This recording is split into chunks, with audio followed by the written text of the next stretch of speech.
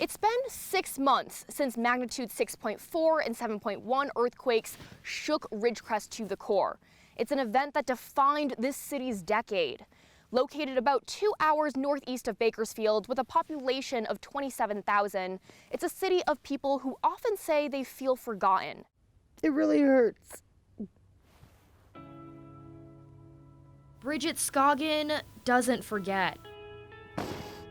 It really hurts because that was my home. Home for her now looks like this. It was going to be mine. Truesdale Estates, number 24. I was buying it to own it. Until the scariest day of her life. I was inside the house when it collapsed to the side. Rocked beyond repair. It's destroyed. The floor jacks came up from the ground. There's big cracks in the walls, in the ceiling. Sadly, she's not alone. There's 30 mobile homes here in this park alone that went down, and people had to sign it over because there was no help. Help that came and went as quickly as the earthquakes. We get reimbursed 75% of the cost to repair the infrastructure side through the city. Federally, nothing. Federally, a city needs to suffer at least $50 million in damage to get aid. Ridgecrest did not. Total destruction, really. So just because we didn't meet that, it's almost like a punishment that you didn't.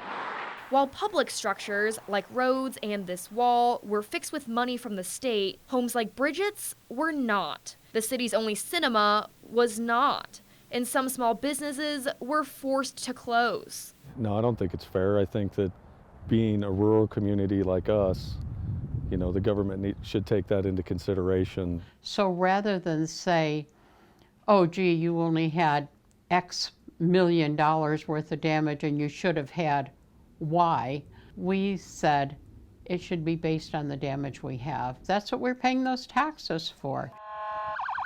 It was the same case for the city's only hospital. We got a lot of support in the way of people arranging for resources for us, but we've gotten no financial support from anybody.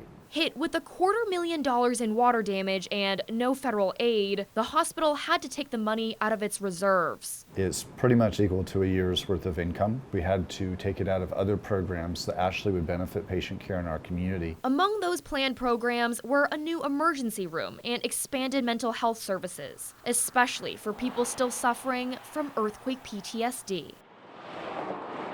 Since July, there have been thousands of aftershocks, including hundreds strong enough to be felt and dozens exceeding magnitude 3.0. Maybe to you it's just a little one, but to me, it means I can either lose my home or give me a heart attack. Despite the constant shaking, this isn't rock bottom for Ridgecrest. This community has found ways to lift each other up. We had people coming in and dropping off food. We had people dropping off water. The local Lions Club is just one of many organizations that came together after the earthquakes. With $60,000 from individual donors, the club helped house nearly 50 displaced families.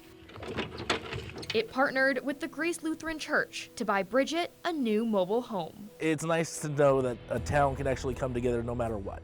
Religion, everything aside, they just put everything down. Thank you.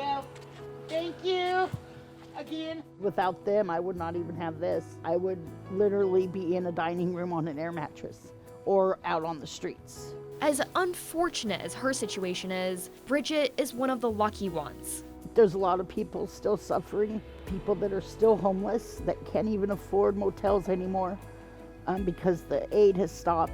6 months later, a lot still needs fixing. A lot has to change. We take care of ourselves first, that we can ask for help, we can seek other assistance, but everybody knows that we stand together. Ridgecrest rocks. Ridgecrest rocks! We've said that over and over again. Don't forget Ridgecrest. We may be a small town, but people are suffering still, and they need help. Karen Hua, 17 News.